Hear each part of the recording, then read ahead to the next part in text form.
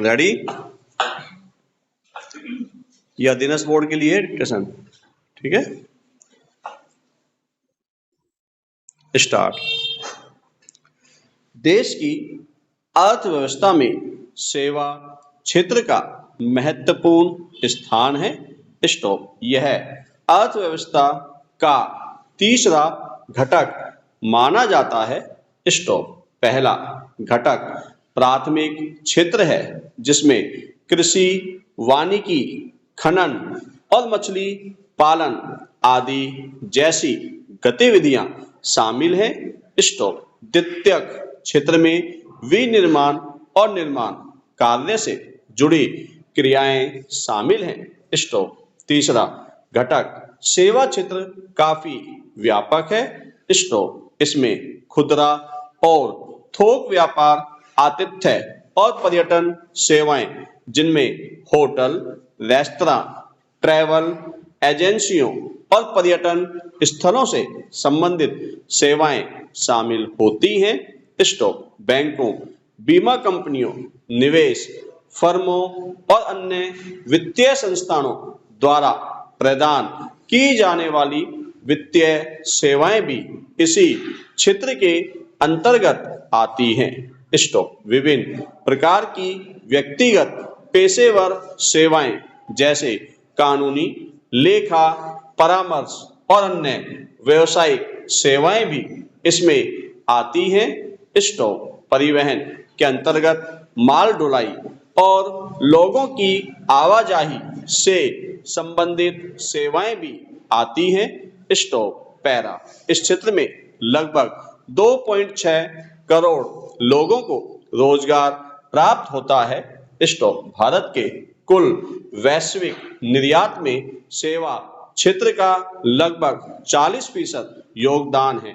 Stop. इस क्षेत्र में वर्ष 2000 और 2021 के बीच कुल विदेशी निवेश के प्रवाह का लगभग 53% निवेश प्राप्त हुआ है।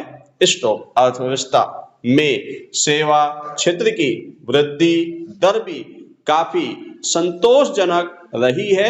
स्टॉप। वित्त वर्ष 2022 में इसकी वृद्धि दर 8.4% और 2023 में 9.1% रही। स्टॉप। पैरा। एक ट्वीट कूड़ा था, कूड़ेदानी में चला गया। स्टॉप। यानी फिर वही कि तुम अगर मुझको न चाहो तो कोई बात नहीं, तुम किसी और को चाहोगे तो मुश्किल होगी। स्टॉप। फिर होता रहा पलटू राम, पलटराम, पलटदास, गिरगिटों के भी गिरगिट। स्टॉप। क्या रही नहीं कहा गया, लेकिन पलटराम ऐसे पित्तमार की एक जवाब नहीं। स्टॉप। उनके प्रवक्ता कहीं कि वे जब भी आते हैं सही जगह आते हैं। स्टॉप। कई निंदक कहते दिखे कि यह पलटी भी अंतिम नहीं। स्टॉप। एक प्रवक्ता ने पहले ही कह दिया था कि वे नहीं, दूसरे ही उनकी ओर पलटते हैं। स्टॉप। फिर बिहार हित यह सब कहना पड़ता है। स्टॉप। पैरा। एक वरिष्ठ प्रवक्ता ने साफ किया कि हमने कांग्रेस को लेजिटिमेसी दिलाई, लेकिन उसके गठजोड़ ने हमारे साथ दगा किया। कुछ एंकर मस्त की इंडी की तो अब पिंडी बन गई। स्टॉप। जो सबको एक करने चला था वही चला गया, अब बचा क्या। एक भक्त प्रवक्ता मंदिर के मुहूर्त पर सवाल उठाने वालों पर कटाक्ष करते रहे कि ऐसे लोगों को पहले राहुल की न्याय यात्रा के मुहूर्त के बारे में पता कर लेना चाहिए कि वे किस मुहूर्त से निकले कि जहां गए वहीं बंटा ढार स्टॉप। बंगाल गए ममता गई स्टॉप। बिहार गए नीतीश गए स्टॉप। पंजाब से आप आ गई स्टॉप। यूपी से सपा गई स्टॉप। बचा क्या? इसे कहते हैं बर्बादियों का शोक मनाना फिजूल था। बर्बादियों का जश्न मनाता चला गया स्टॉप। बहस में शाश्वत आक्रामक कांग्रेसी प्रवक्ता ने गाने को सही किया कि शोक नहीं सोग है, तो जवाब आया कि सोग ही से तो सोग बना है। क्या गाने को इस तरह सही करके कटाक्ष को मंजूरी दी जा रही थी? जरा सी ढीली गेंद और लगा छक्का। पूरे सप्ताह ईडी खबरों में रही स्टॉप। इधर दो मुख्यमंत्रियों को सम्मन पर सम्मन, लेकिन वहां मुख्यमंत्री की सम्मन ठेंगे पे स्टॉप। एक को नौवां सम्मन और वह 41 घंटे गायब। इधर विपक्ष ने चिपकाया गुमशुदा की तलाश वाला पोस्टर की खबर देने वाले को 11,000 का इनाम। और उधर 9 सम्मन वाले मुख्यमंत्री के घर पर ईडी के छापे स्टॉप। 2 BMW और 36 लाख नगद बरामद स्टॉप। इसके बाद मुख्यमंत्री अचानक पूछताछ के लिए हाजिर और गिरफ्तार स्टॉप पैरा।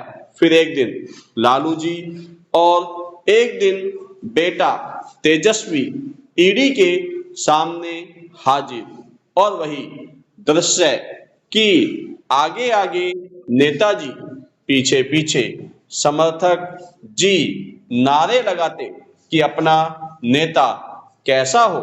इसे देख एक भक्त प्रवक्ता बोले, एक तो चोरी ऊपर से सीना जोरी। ईडी की कार्रवाइयों पर बहसें चलती रही और हर बहस में कोई न कोई विपक्षी प्रवक्ता कहता रहा कि ईडी अक्सर विपक्षी नेताओं को ही क्यों निशाने पर लेती है और दबाव में आकर सत्ता पक्ष में जाते ही कई नेता दूध के धुले कैसे हो जाते हैं।